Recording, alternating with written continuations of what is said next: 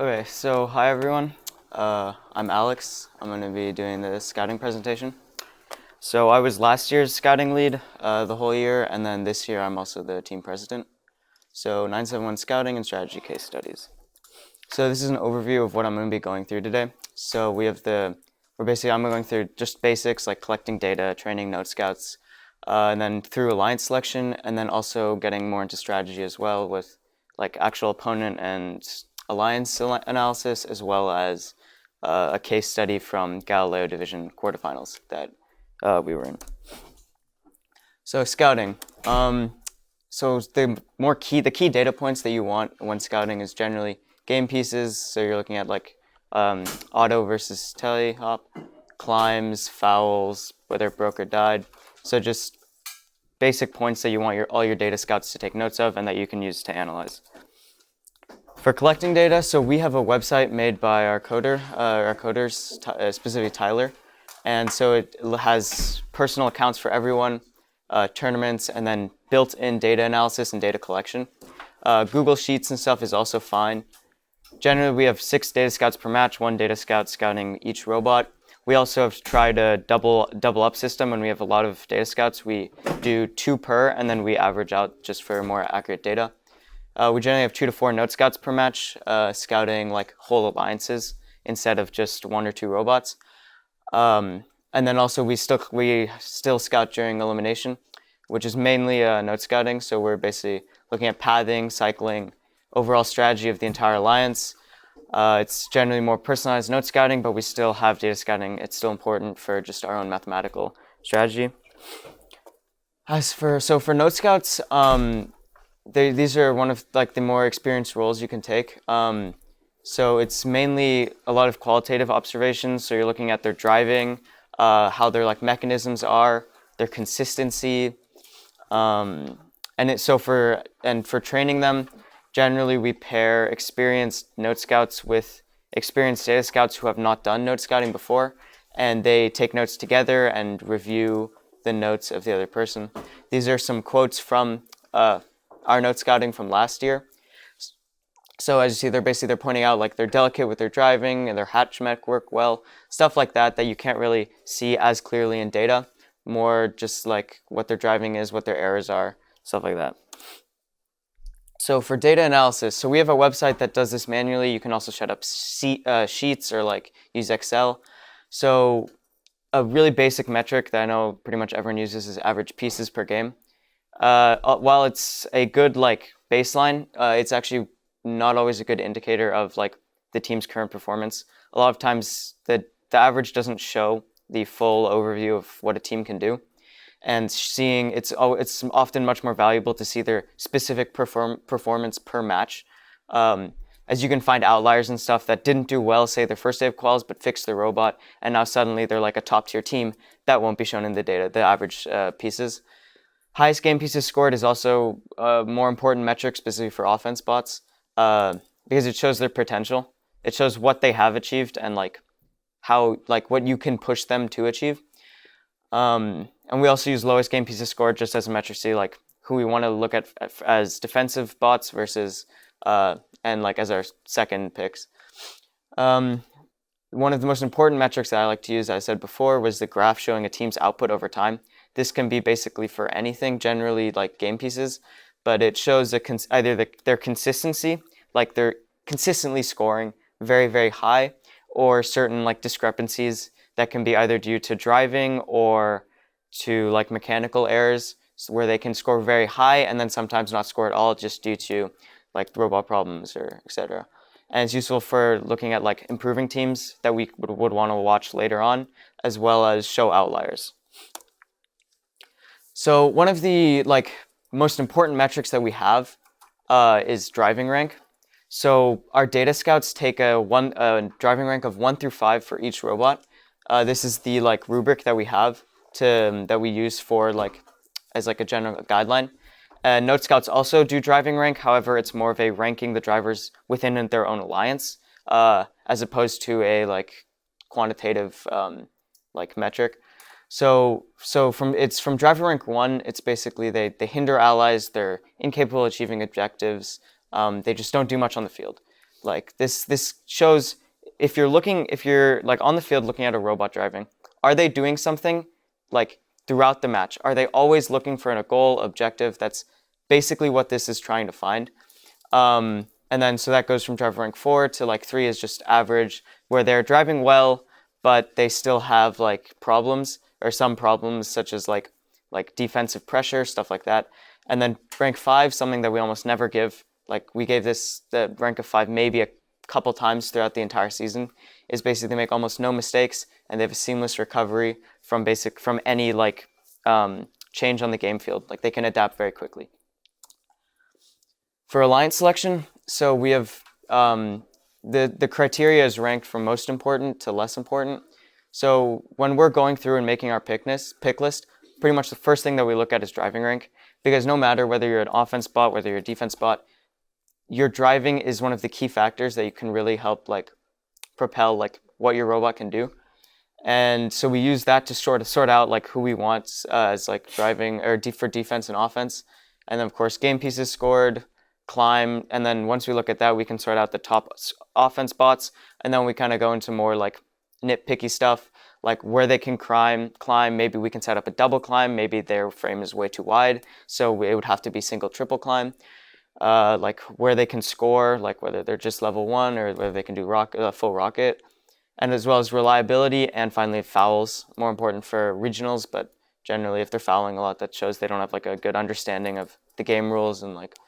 And then so the 4 categories that we sort bots into when making our own pick list is offense bots that are scorers, defense bots, defense, and then a no pick list, which is bots that we decided we don't want, and we don't want to consider selecting them.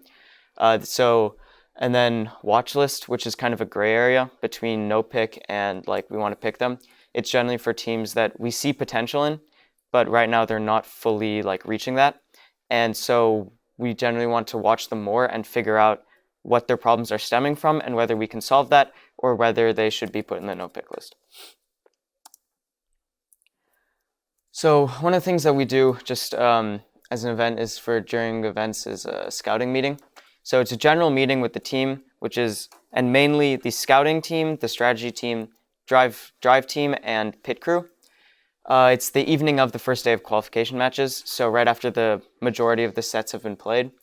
So it's a group discussion, like everyone's opinion is welcome, on creating a basic pick list that we can then use throughout the second day of quals and figure out and finalize and re-rank.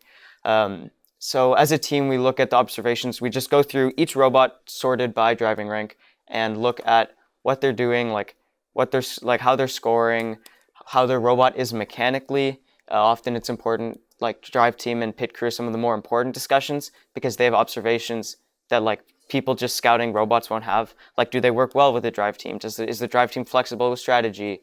Mechanically wise, if their robot's been having problems, is it something that we can fix?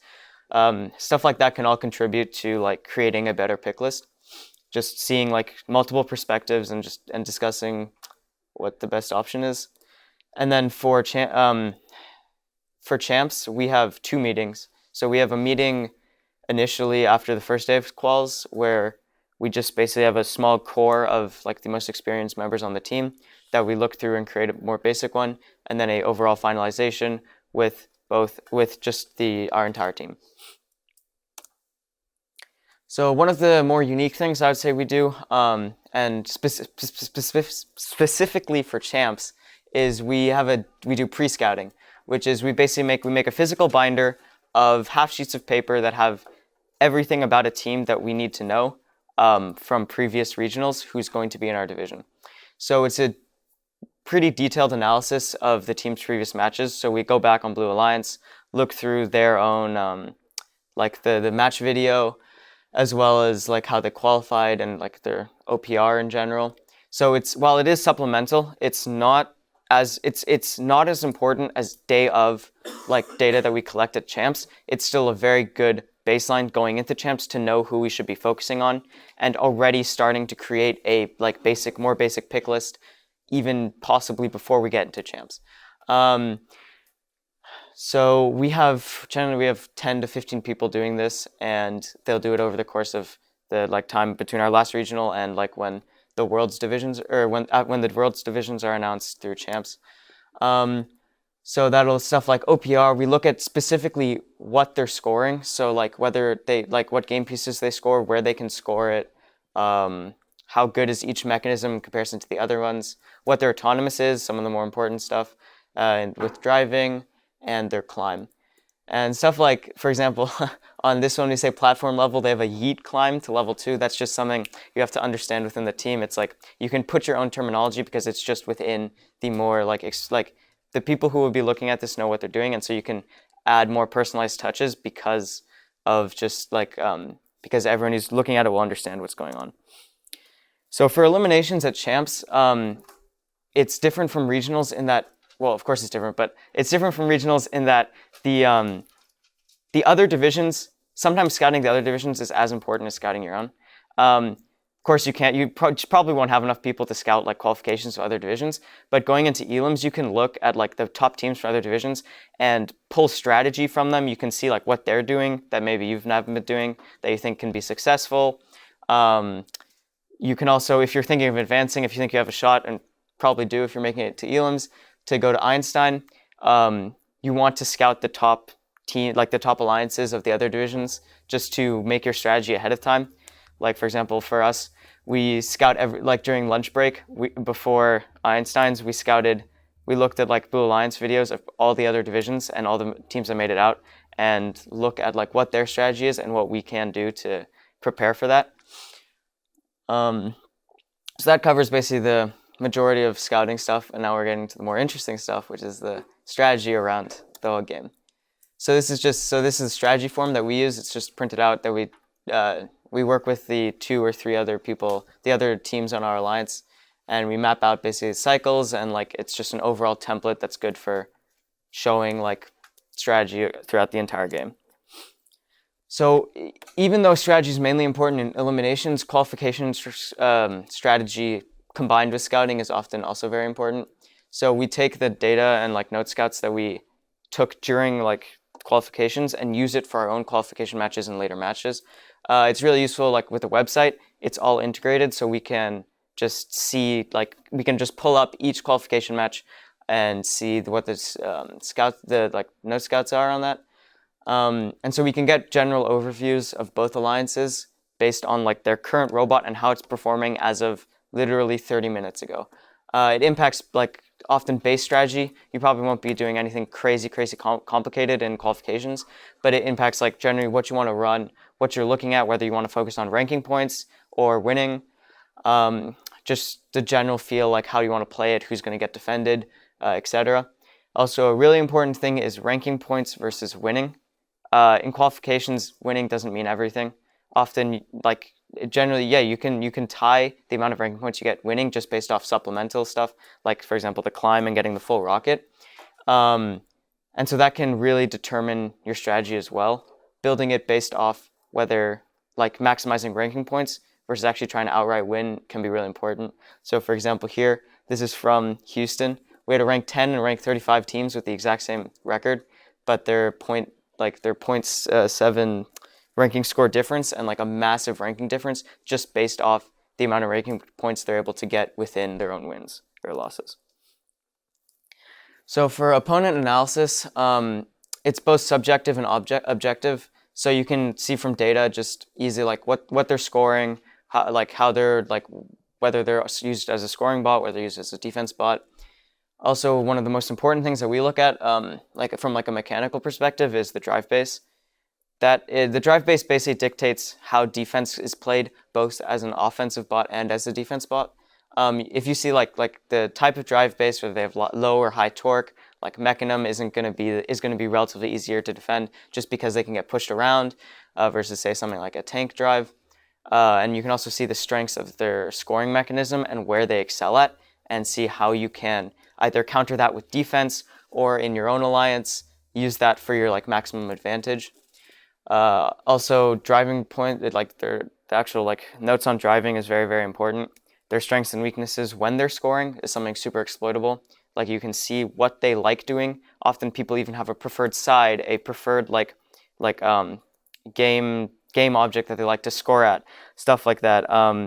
You can see whether they might be like very, very good at cycling and very, very consistent, but then if they have a if they have any defensive pressure, they just crumble. Stuff like that you can focus on and like send your own defense bot after that. One of the really important metric that we look at is adaptability. How well can like this robot, if something changes on the field, how well will they be able to like make their own decisions and adapt their own strategy to changes on the field. So you can also look at like, this is one of the things that we try to scout specifically in elims, is we look at the pathing of an opponent alliance. So understanding their strategy, often people like running the same 2 to 3 sets. Like this year, two offense, 1 defense was almost the meta, just splitting the field and having your defense bot run it. And you can see like what they prefer doing and tailor your own like strategy, like where your drive team is arranged, how like where you're sending your bots during autonomous, stuff like that, to see like to counteract their own strategy and increase your chances of winning. And also a really good thing to make is like basic paths and like defaults that you can fall back into for your entire alliance, because it just makes you build off these basic strategies, but they're all at the core similar. And so if everyone's on the same page with that, it's much easier to develop complex strategy. So we both analyze like single team as well as the alliance as a whole. So you want to look for like specific strengths and weaknesses, like what their scoring is, as I said before, like stuff like their torque, their maneuverability, how wide the frame is. For example, there was a very good scoring bot in Houston that had a super long frame, and so your defense bot could defend 2 bots just because it could zone the long frame of the other bot so easily that it's like, even if it's scoring well, you can identify like exploitable aspects like this and use it to your own like gain. Intake and output mechanisms is also something that's like really, really, really crucial to look at during like when creating your strategy specifically for your defense bot, because depending on the actual like output mechanism, they're incredibly, incredibly exploitable. Sometimes they're not like held firmly, so if you just like hit them too hard, the game piece will fall out. Sometimes they're very they don't extend far out of the robot, so you can literally sit in front of the rocket between them and the scoring position, and they'll never be able to score. Like their intake can only pick up from certain positions. If your intake can only pick up from the human player station, you can just zone them at the line, and like they can't do anything because they're trapped within like the human player station. Stuff like that is like very, very easily focused on by your own defense bot. Driving also, so whether they're choking under pressure, like if there's certain bots that like they can perform incredibly well, some of the highest output in the entire tournament, but then you put one defense bot on them, put any pressure on them, and they just crumble. Stuff like that is, even if objectively looking at their own robot, like their drive base is strong, their their outputting is incredibly fast, seeing something like that and exploiting that is like very beneficial.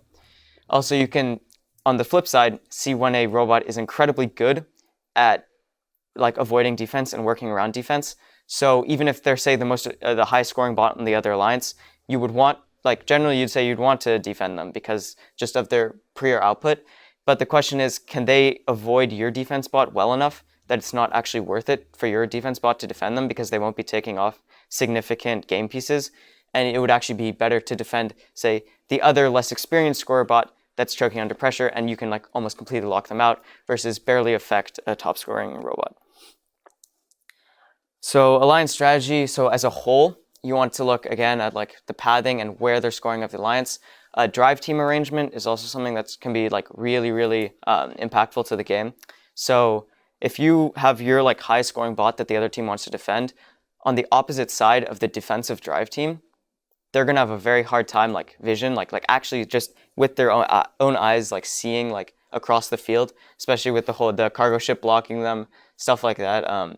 You can arrange it to try to get the most optimal like setup for your own team.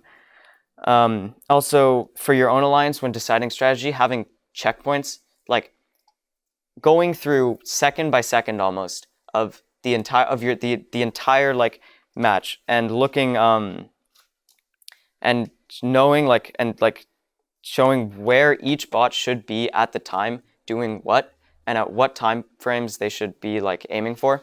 So for example, like climbs, you should be aiming for, if you have double climb, like 30 seconds, you want your first bot to start climbing, or like you want your defense bot to stay on the opposite end of the field until like this many seconds are left. That's all something very crucial to keeping your alliance like on task and focused and always doing something that it is like giving you points.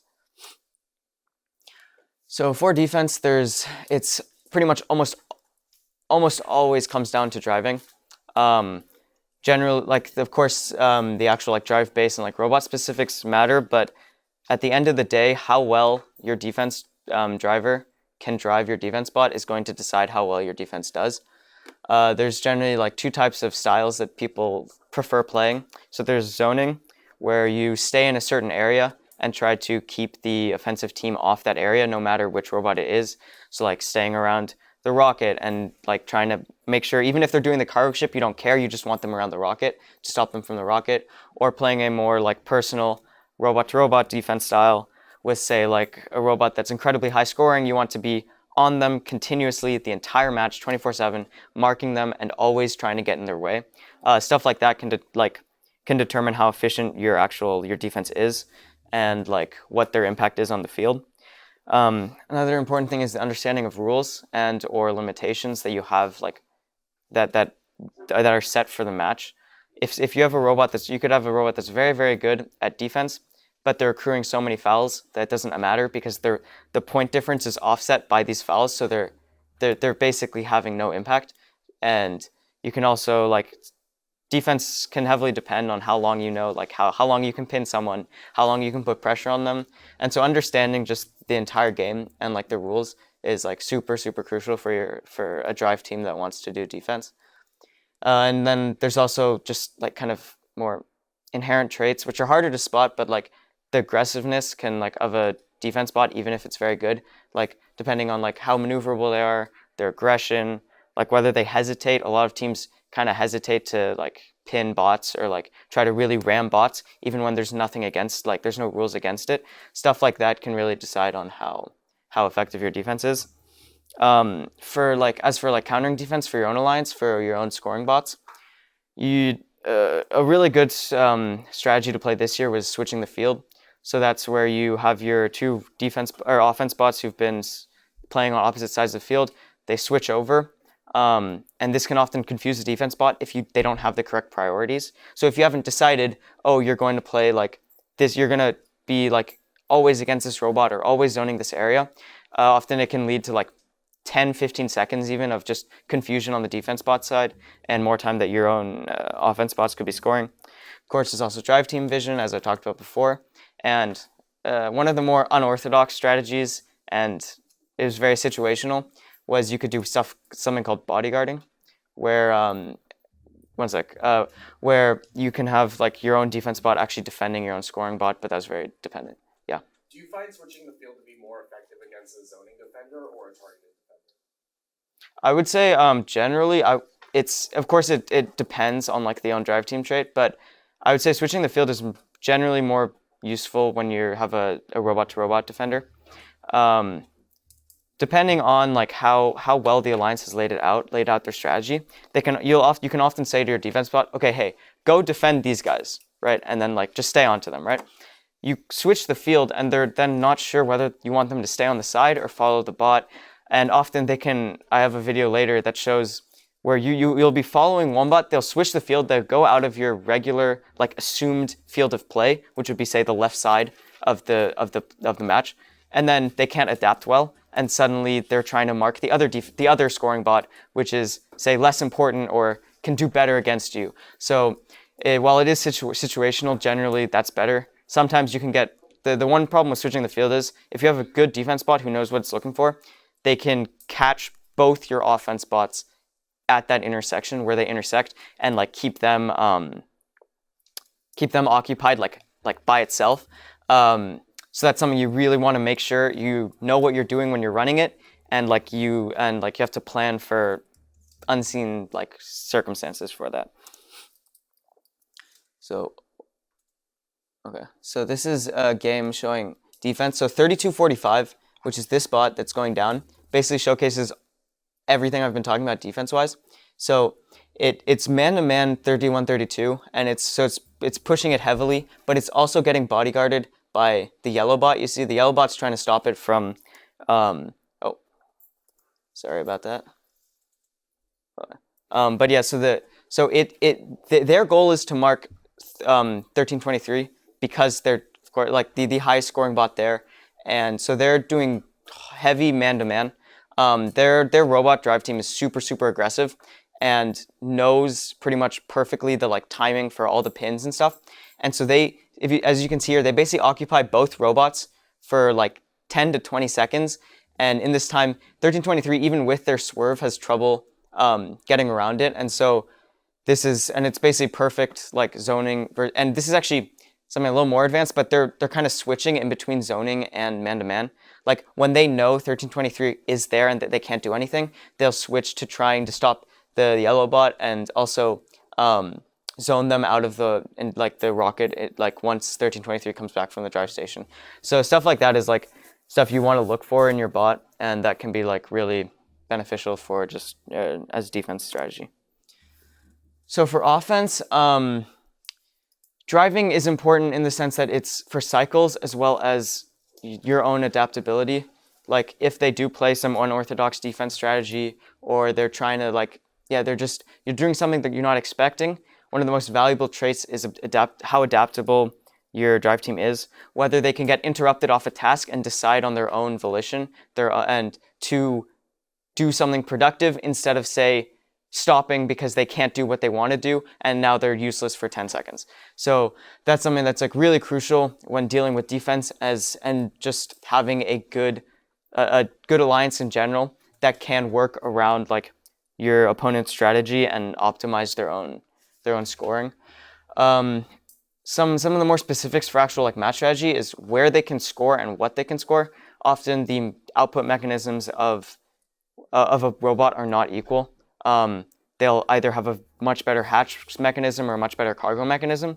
And so you can, depending on how you play it, you can optimize their own strengths while minimizing how much they have to do of the game piece that they're like, say, worse at. For example, I also have a video of this later, but when you have like a very good hatch, say there was a hatch bot and a very good hatch bot and a very good cargo bot, and the hatch bot would do the rocket and then switch fields with the cargo bot, who was doing mainly finishing the cargo balls, and who could then fill up the entire rocket much faster than, say, the hatch bot would. And so it's basically optimizing the strengths of both teams while minimizing how much they have to do of like, I guess, unoptimal action. Also torque. The torque of the offense bot heavily changes how well the defender can defend you. For example, 971’s had 6 Neos and could basically outpush any defense bot, and so it's almost like it's bad to like, you can't defend them just because they will box out your defense bot and you can't push them aside. So in that case, see, it would be much better to go for the other scoring bot that's, say, a little bit easier to defend. And so for like defense, so this would be you want to look at their pathing. Like generally they will run only a couple default like cycles, and you want to see like based on that what the best way to defend them is. And also you want to assign defense priorities. This is something that's super crucial, especially when you're against an alliance with competent strategy. You want to make sure your defense bot knows exactly who it's defending and exactly what its goal is throughout the match, to avoid having problems in unorthodox situations. For example, if you tell your defense bot to completely mark what the highest scoring bot, like no matter the situation, switching the field won't really be as effective because they're going to follow the other bot and they're going to keep marking that scoring bot. So stuff like that can minimize how can minimize like risk of like your defense bot becoming less efficient due to having a weird strategy played against you.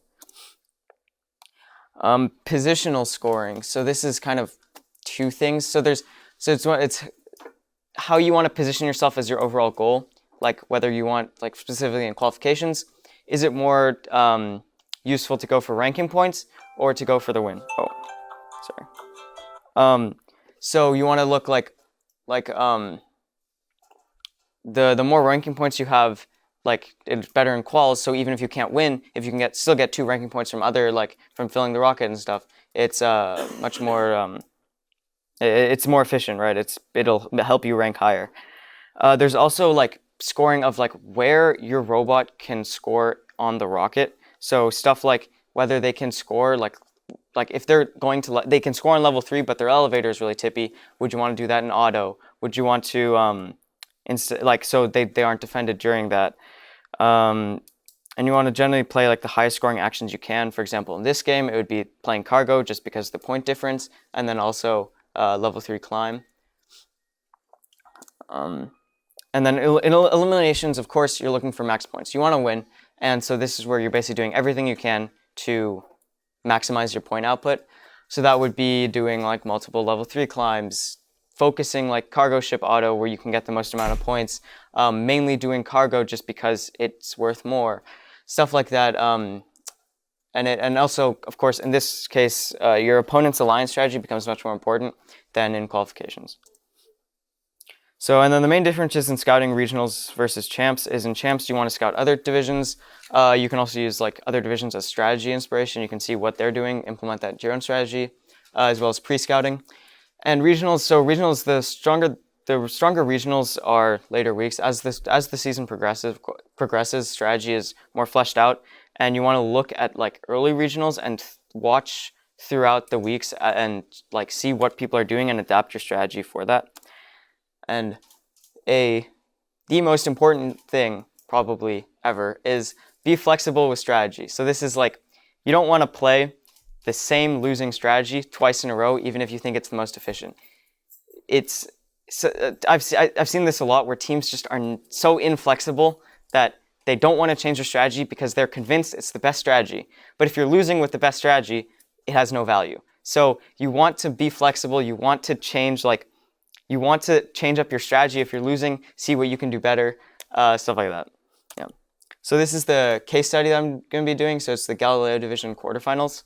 So this was us. So us and versus 1102. And so generally, our strategy changed over time. This is just an overview before we get into like the specifics. Generally, we experiment a lot more in the beginning of the season. You look at often like when it just first gets released, you want to look at like intuitively what seems right. For example, it seems like defense was going to be super important this year just because of the narrow lanes, stuff like that. And like what do you think offense and defense spots should focus on? Cycles, positions. This will of course change over time, and you can experiment with this in your own regionals. So as for our champs, so this is our alliance for scoring. So so for our own strengths, so we had a strong hatch mechanism. We weren't too tippy. We were maneuverable with our small frame. We had the double cargo ship auto. However, we were very light, so this made us easily pushable. Our hatches were sometimes prone to like getting loose just from pushing, at the time at least, from suction, and we were easily blocked on the rocket because we couldn't push aside the defense bots. Our alliance partners 179, so we picked them mainly because for like numerous factors, but among them they had super consistent cycling. Their drive team was really good. They could adapt very well and very quickly. They had a super strong cargo and hatch mechanism. Everything was really good for their output, and they had really, really good vision. And they had a super strong drive base, as I said before. They had 6 Neos, some of the highest torque in the entire tournament. However, level 3 elevator was super tippy, and like by itself was almost falling. As for our defensive alliance, we had 498, who we picked. They were very active. They're constantly going for objectives. Their drive team always had a goal in mind, and they also had split bumpers, which is something that's very useful for defense because they can catch other robots like with those and kind of keep them locked in place. However, they did only have they didn't have a level 3 climb, and sometimes their turning was like they had trouble. They had to like stop and turn and then move. But see, that was stuff we could fix. Like we could talk with their drive team, help them sort that out. We also picked 3646, who was actually an offense bot, but we saw that their driving was good enough that we thought we could help them and try to make them become like their own like defense bot because of their already solid driving. They had good cargo mechanism, so we could use them in like autos, stuff like that, but they could not double climb. They're too wide. So as for our opponent's line, so 1102 was one of the highest scoring bots in the entire division.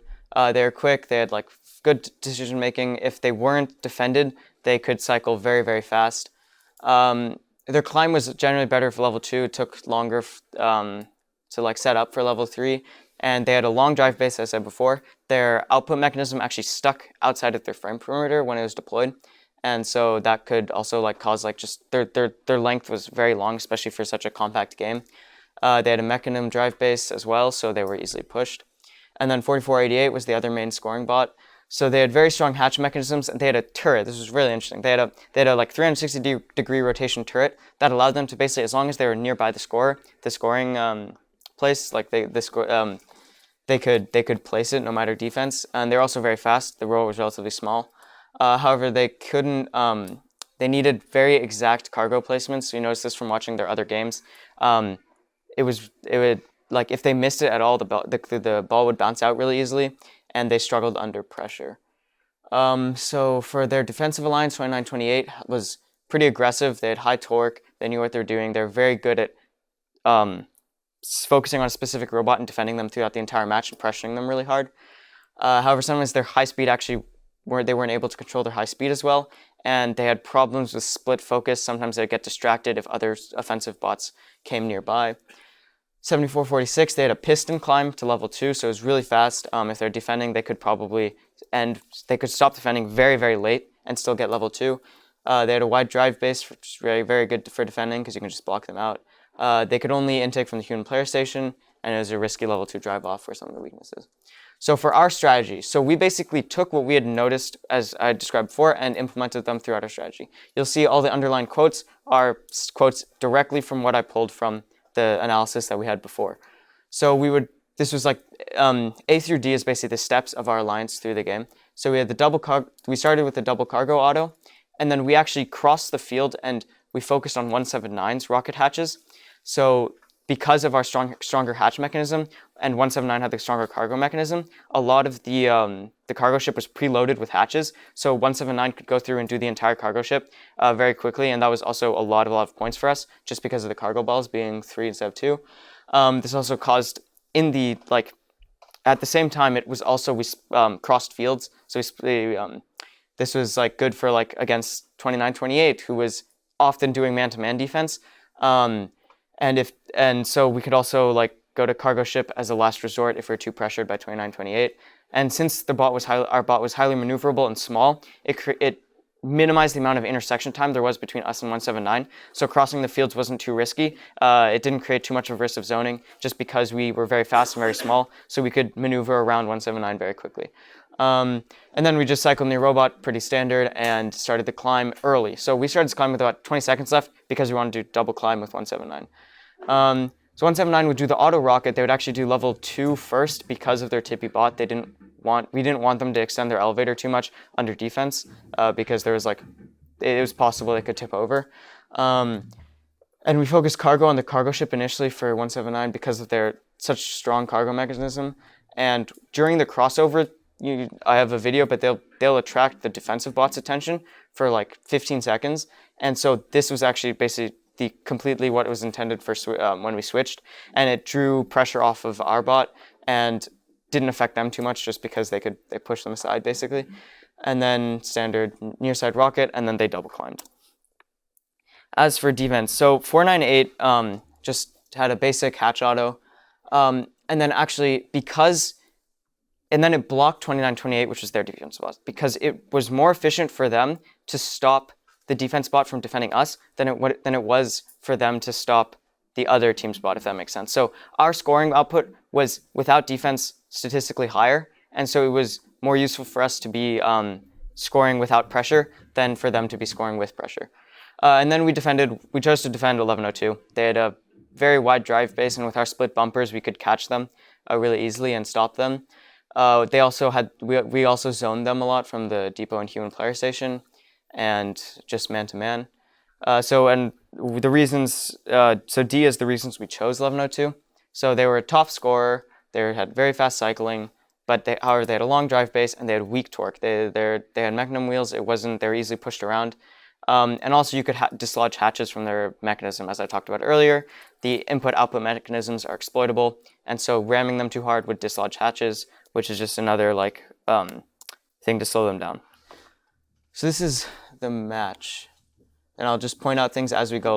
We tried to get as many cargo hatches as we could for 179, who would then just fill it all with balls, so we didn't need to bother with cargo hatches.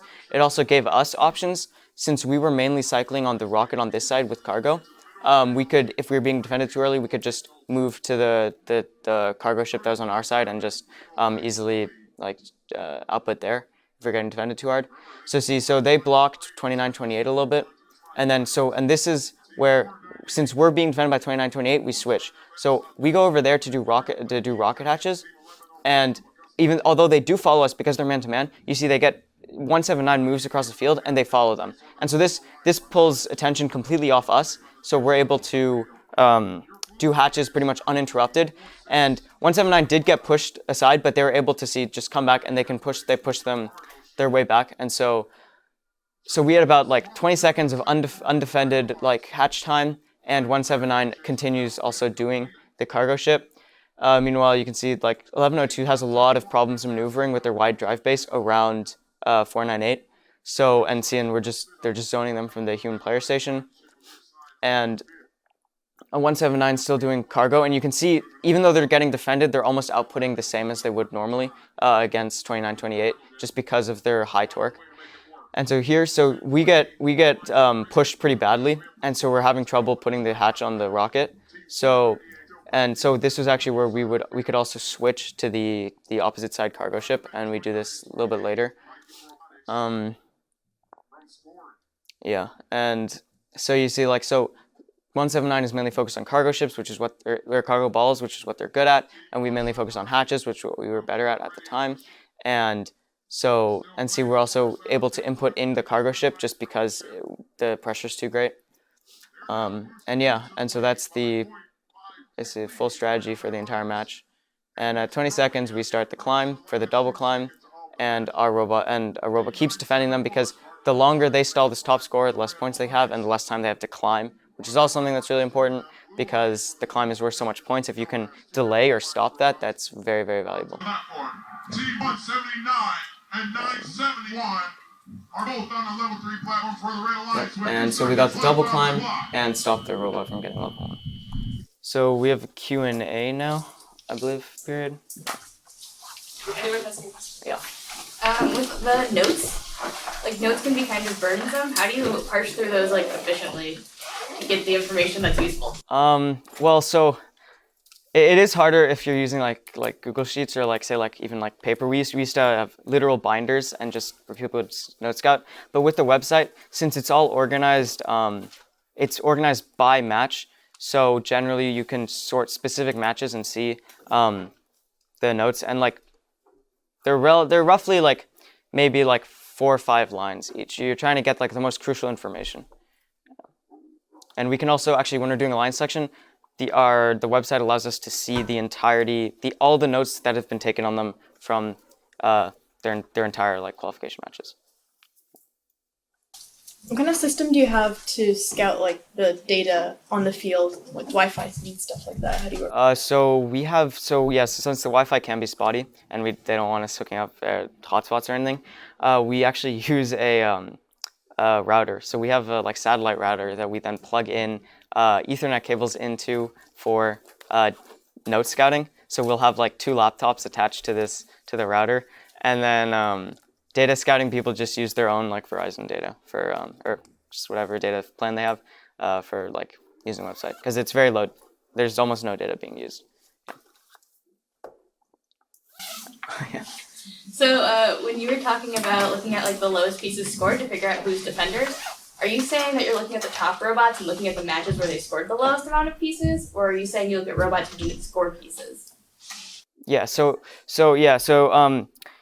We do initially sort it by drive rank just to make sure, but afterwards, we will look at the top drivers who don't have a lot of scored like game pieces. So we'll just sort our data by the lowest amount of, say, like hatch panels, or like average game pieces scored. We'll just sort it by that, and we can sort through that and see, like, if you have say a low driving rank and a low like scoring, it's likely that we can put you either watch list or no pick. But If you have like multiple people assigning driver rank, how do you make sure like everyone is the same standard? Well, so we can't, of course, but because it is purely subjective.